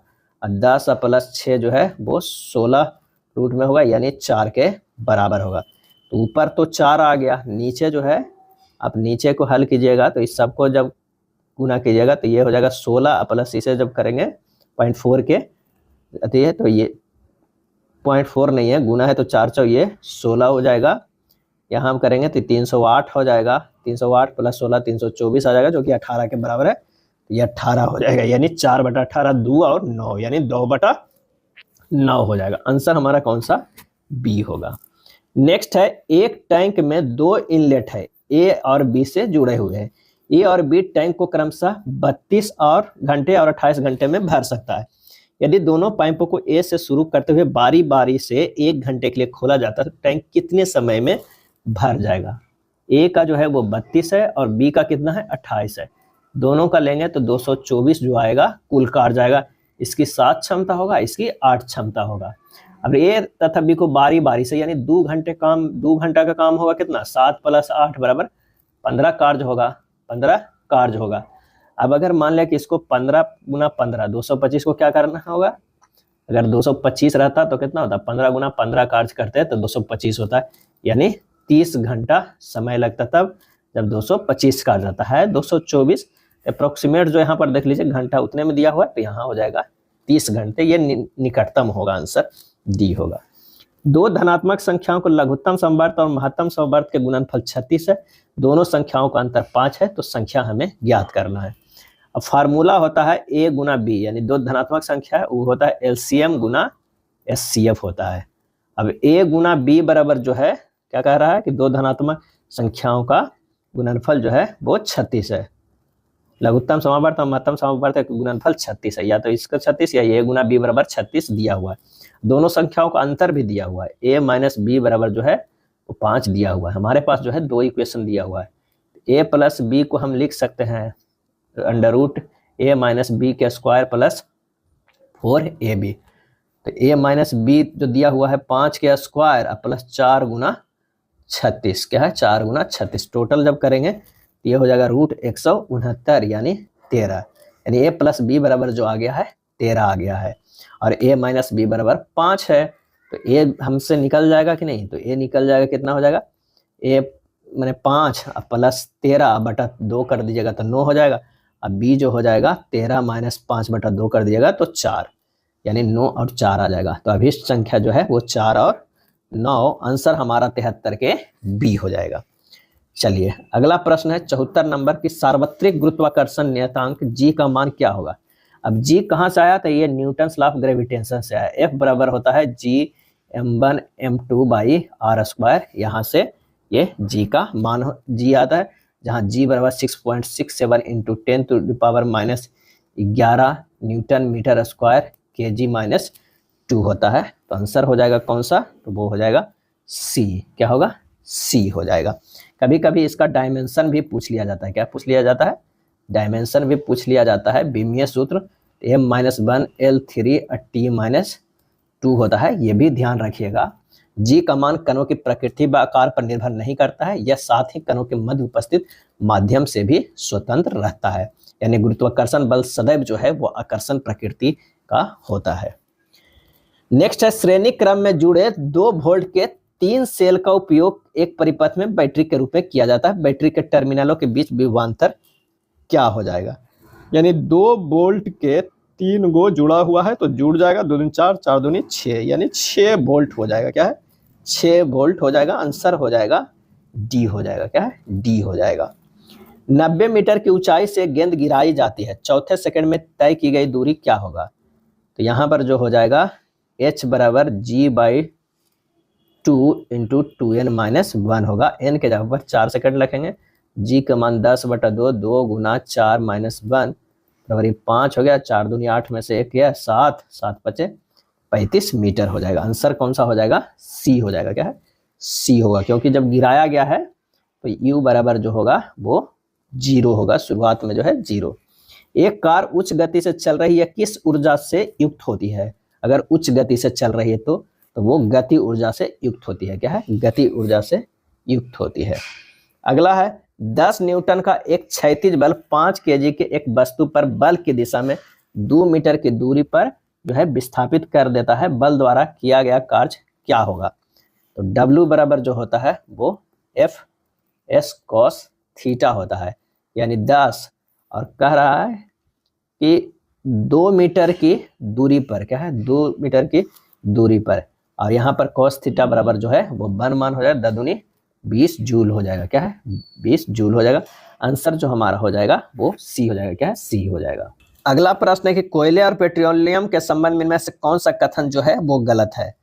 तो ये है कि ये पृथ्वी पर मौजूद असीमित संसाधन है, तो ये हमारा जो है वो क्या है? वो गलत है। आंसर हो जाएगा सी। असीमित नहीं है, क्या है? हमारे पास सीमित है कोयले और पेट्रोलियम, तो आंसर हो जाएगा बी। जब चुंबकीय क्षेत्र के भाग में चुंबकीय बल रेखाएं अधिक सघन होती है तो निम्नलिखित में किसकी उपस्थिति इंगित करती है? इसका जो सही आंसर होता है परवल चुंबकीय क्षेत्र का। क्या है? परवल चुंबकीय क्षेत्र। अगर मान लिया कि ये चुंबक है, जो क्या हम दर्शाते हैं, अगर एन से है और ये एस से है, अक्सर पूछा जाता है कि यहाँ से जो एन से निकलेगा, एन से वो कहाँ जाएगा? एस की तरफ जाएगा। ये जितनी जो लाइनें हैं वो एस की तरफ इस तरह जाती है। क्या है? इस तरफ एन से एस की तरफ बाहर बाहर से ये लाइनें जो है वो जाएगी। आप इधर से कर रहे एंट्री हो रहा है, एस की तरफ जो जितना भी होगा वो लाइनिंग एंट्री होगा एस की तरफ, और जो बाहर निकलेगा वो किसके तरफ से है? तो वो है एन की तरफ से। यहाँ जो है ये बाहर निकल रहा है, ये बाहर की बात है। लेकिन चुंबक के जो अंदर होता है मैग्नेट के, वो जो जाती है वो किधर जाती है? एस से एन की ओर। ये देखिए यहाँ अंदर इस तरह जाती है। ये ध्यान रखें, इससे पे भी कई प्रश्न बनते हैं। यानी एन से निकलता है बाहर बाहर एस की तरफ जाता है, और अंदर अंदर एस से एन की तरफ जाता है। और इसका जो आंसर हो जाएगा 80 नंबर के, किसकी उपस्थिति इंगित करता है? तो परवल चुंबकीय क्षेत्र को इंगित करता है। यानी चुंबकीय बल रेखाएं उत्तर ध्रुव की ओर से बाहर ओर निकलती है और दक्षिण ध्रुव की ओर अंदर से प्रवाहित होती है, और चुंबकीय बल रेखाएं चुंबक के अंदर दक्षिण से उत्तर की ओर गमन करती है। चलिए अगला है कथन एवं निष्कर्ष का। कुछ फूल जो है, कुछ फल जो है फूल है, कुछ जो है फल, अगर मान लिया कि ये फूल है, कुछ फल जो है वो क्या है? फूल है, और सभी औषधि जो फूल है अंदर जो हो जाएगा वो औषधि हो जाएगा। क्या है? औषधि हो जाएगा। अब यहाँ से निष्कर्ष निकालना है कि सभी फूल जो है वो औषधि है, ये गलत है। कोई औषधि फल नहीं है, कोई औषधि फल नहीं है, तो ये भी हमारा जो है वो गलत हो जाएगा। क्योंकि एक और भी बन सकता है कि मान लिया कि ये औषधि है, ये जो है क्या है? फूल है, तो ये हो सकता है ना फल है। इस तरह के भी फल बन सकता है। कोई औषधि फल नहीं है, ये भी स्टेटमेंट गलत हो जाएगा, क्योंकि ये नहीं के भी टर्म में है। तो आंसर हमारा जो हो जाएगा वो कौन सा हो जाएगा? ए हो जाएगा। ना तो निष्कर्ष 1 और ना ही 2 जो है वो पालन करता है। 16 लड़कियों की एक पंक्ति में जब सीमा बाईं ओर से 2 स्थान स्थानांतरित किया जाता है तो वह बाएं सिरे से 7वें स्थान पर पहुंच जाती है। क्या है? 7वें स्थान पर पहुंच जाती है। पंक्ति के दाहिने सिरे से उसकी पूर्व स्थिति जो है वो क्या है? अब 1 से लेके 16 तक तो है, ये हो जा रहा है बायां और 1 हो जा रहा है दायां। अब कह रहा है कि सीमा को बाईं ओर 2 स्थान स्थानांतरित करने पर, अगर मान लिया कि सपोज दैट पहले जो है सीमा का स्थान जो भी होगा 9वां होगा, परिवर्तन से पूर्व क्या होगा? 9वां होगा, उसको 2 स्थान बाईं ओर खसकाते हैं तो ये 7वां पर आ जाती है। तो कह रहा है कि पंक्ति के दाहिने सिरे से उसकी पूर्व दिशा क्या थी? तो पूर्व दिशा जो थी वो देखना है। तो टोटल पंक्ति में सीमा पूर्व स्थित पहले टोटल 16 था, उसमें वो पहले 9 पे थी, यानी 16 - 9 + 1 बराबर ये हो जाएगा 8वें स्थान पे थी। क्या है? 8वें स्थान पे। आंसर हमारा जो हो जाएगा वो ए हो जाएगा। क्या है? ए होगा। एक निश्चित कुट भाषा में टेबल को इस तरह कुटबद्ध किया गया, स्विंग को इस तरह, तो फ्रेम को किस तरह किया जाएगा? अब यही हमें देखना है। TABLE है, देखना है कि अगर लिखा गया है ELEAT है, तो यहाँ पर देखिए E से तो E गया है, L से L है, और यहाँ पर B से देखिएगा +3 किया गया है, फिर A को रखा गया, T को रखा गया है। यानी जो दोनों दो तरफ जो है 2-2 के बराबर है, बीच वाला को +3 किया गया है। यहाँ पर भी देखिए G को G से किया गया, N से N किया गया, I से L किया गया, I से L में +3 होगा। तो यहाँ भी A को खाली +3 करना है, A को +3 करेंगे तो हमारा क्या हो जाएगा? BCD नहीं D हो जाएगा। अब बाकी सेम आएगा, यानी EMDRF आएगा। आंसर जो हमारा हो जाएगा कौन सा? तो A होगा। क्या है? A होगा। शब्द कैप्सूल के प्रत्येक स्वर को अंग्रेजी वर्णमाला क्रम में उसके पहले आने वाले अक्षर में बदल दिया जाता है। क्या है? स्वर को। और प्रत्येक व्यंजन को अंग्रेजी वर्णमाला क्रम में उसके बाद आने वाले अक्षर में बदल दिया जाता है। इस प्रकार बने नए शब्द में बाएं से तीसरे अक्षर और दाएं से तीसरे अक्षर के बीच अंग्रेजी वर्णमाला क्रम में कितने अक्षर है ये हमें बताना है। तो चलिए हम देखते हैं। शब्द जो दिया हुआ है CAPSULE दिया हुआ है, इसको बदलेंगे। C को D में, A को Z में, P को Q में, S को T में, U को भी T में, L को M में और E को D में बदल दिए हैं। अब जो बदले हुए अक्षर में इस प्रकार नए शब्द में बाएं से तीसरे जो है वो क्या है, Q है, और दाएं से तीसरे अक्षर जो है वो T है। Q और T के बीच में कितने अक्षर हैं, जो है QRST यानी 2 अक्षर है। आंसर हमारा जो हो जाएगा B हो जाएगा 2। उस विकल्प का चयन करें जो 5वें अक्षर समूह में उसी प्रकार संबंधित है जिस प्रकार दूसरा अक्षर समूह पहले अक्षर समूह और चौथा अक्षर समूह तीसरे अक्षर समूह से है। यहाँ देखिए टेबल को इस तरह लिखा गया है, यानी E को F क्या है +1, L को N किया गया है +2, B को E किया गया +3, A को E किया गया +4 और T को Y किया है +5, यानी सभी में जो है +1, +2, +3, +4 और +5 किया गया। उसी तरह जो है N को O किया गया +1, W को Y किया गया है +2, O को R किया गया है +3, R को B किया गया +4 और C को H किया गया है +5 है।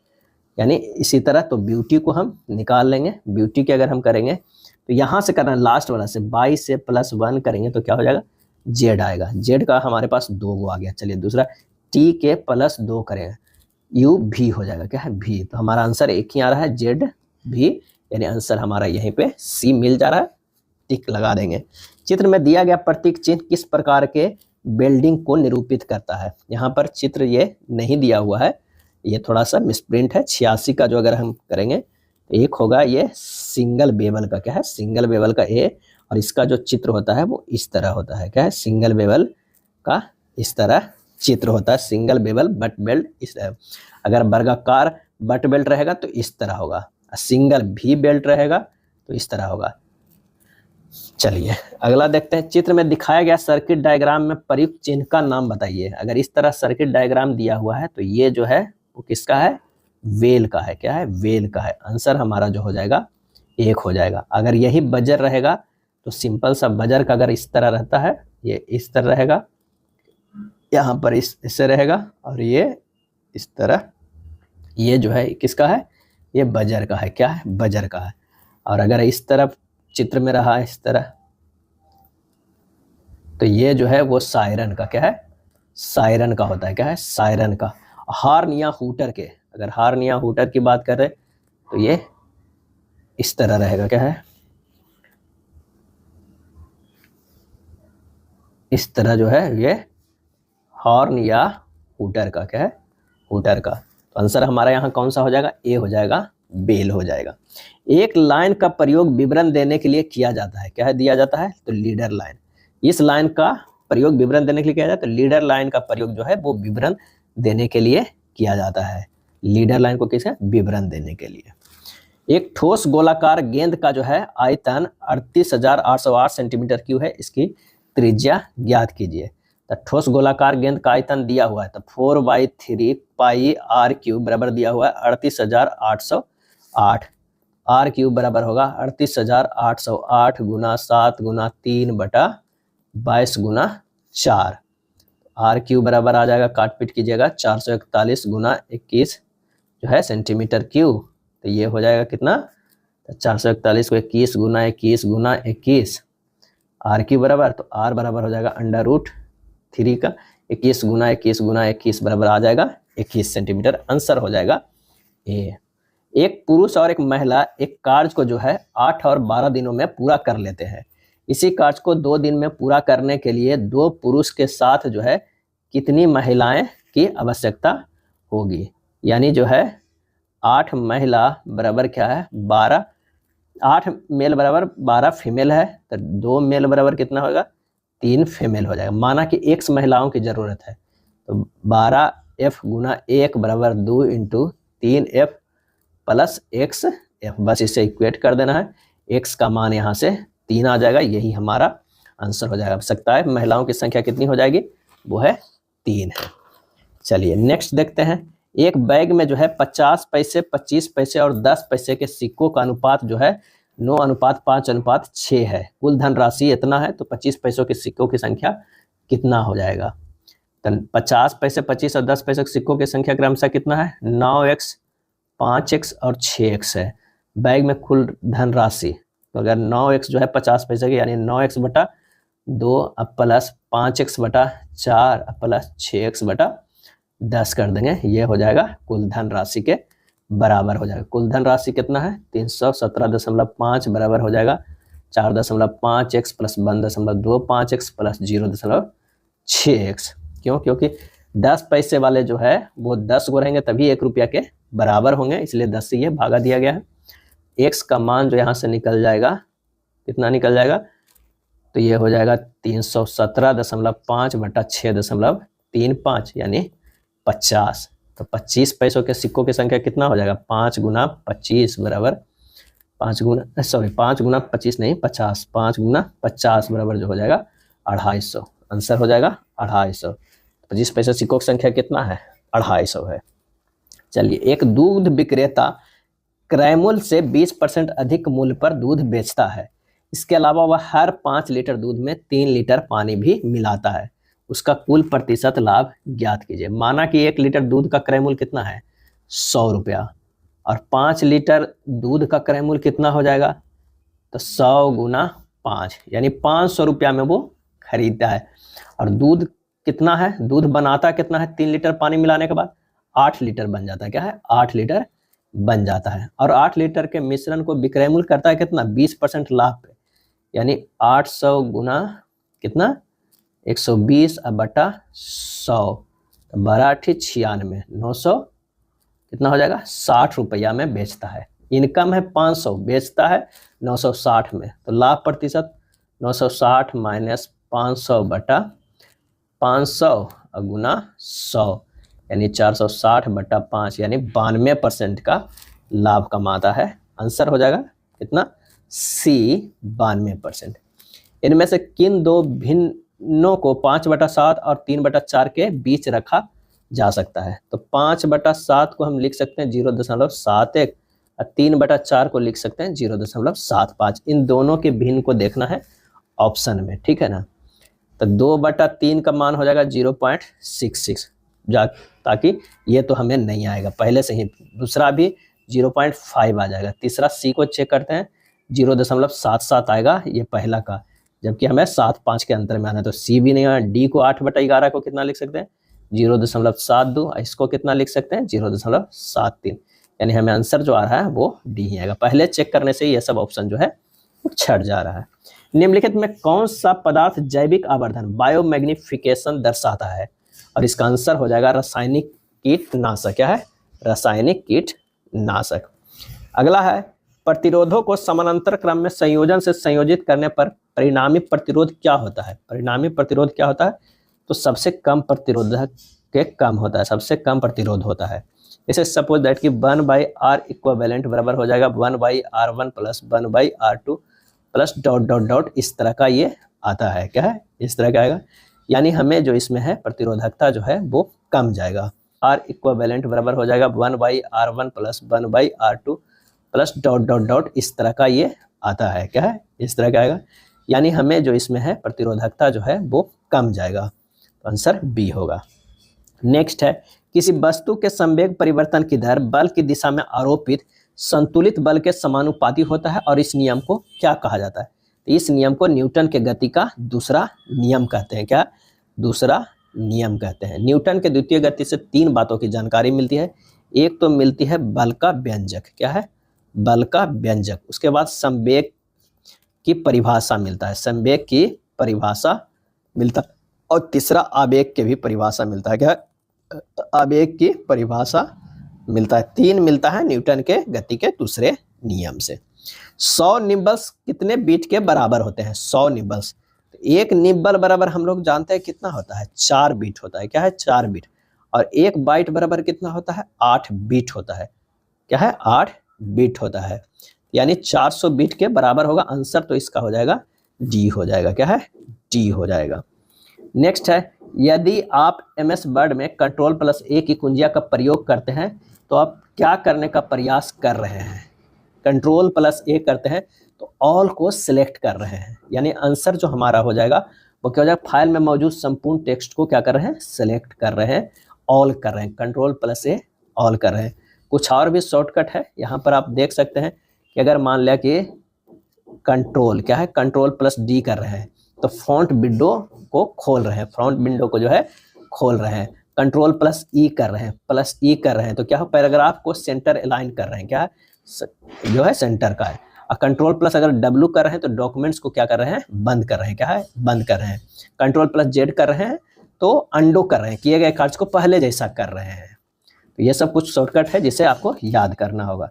नेक्स्ट है, किसी विशिष्ट कंपनी द्वारा निर्मित उसके बाह्य विक्रेताओं या ग्राहकों को द्वारा उपयोग किए जाने वाले के लिए प्रतिबंधित नेटवर्क को क्या कहा जाता है, इसे कहा जाता है एक्स्ट्रानेट कहा जाता है। क्या कहा जाता है, एक्स्ट्रानेट कहा जाता है। आंसर जो हमारा हो जाएगा वो ए हो जाएगा।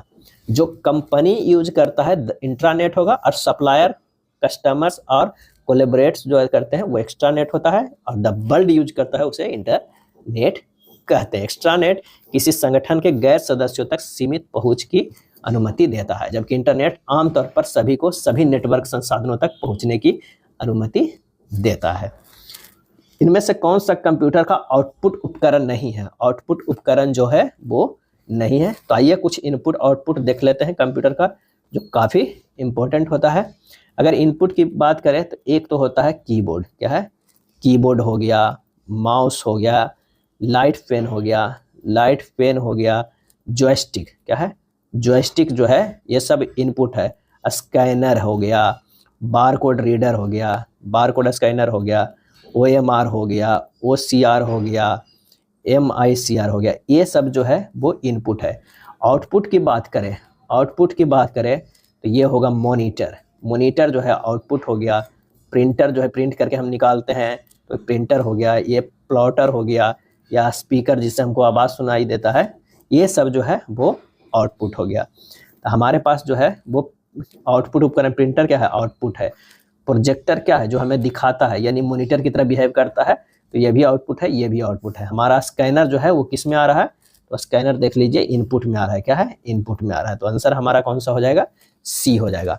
ये था RRB ALP CBT 2 के प्लेटफॉर्म बुक में दिया हुआ प्रैक्टिस सेट 1। इसी तरह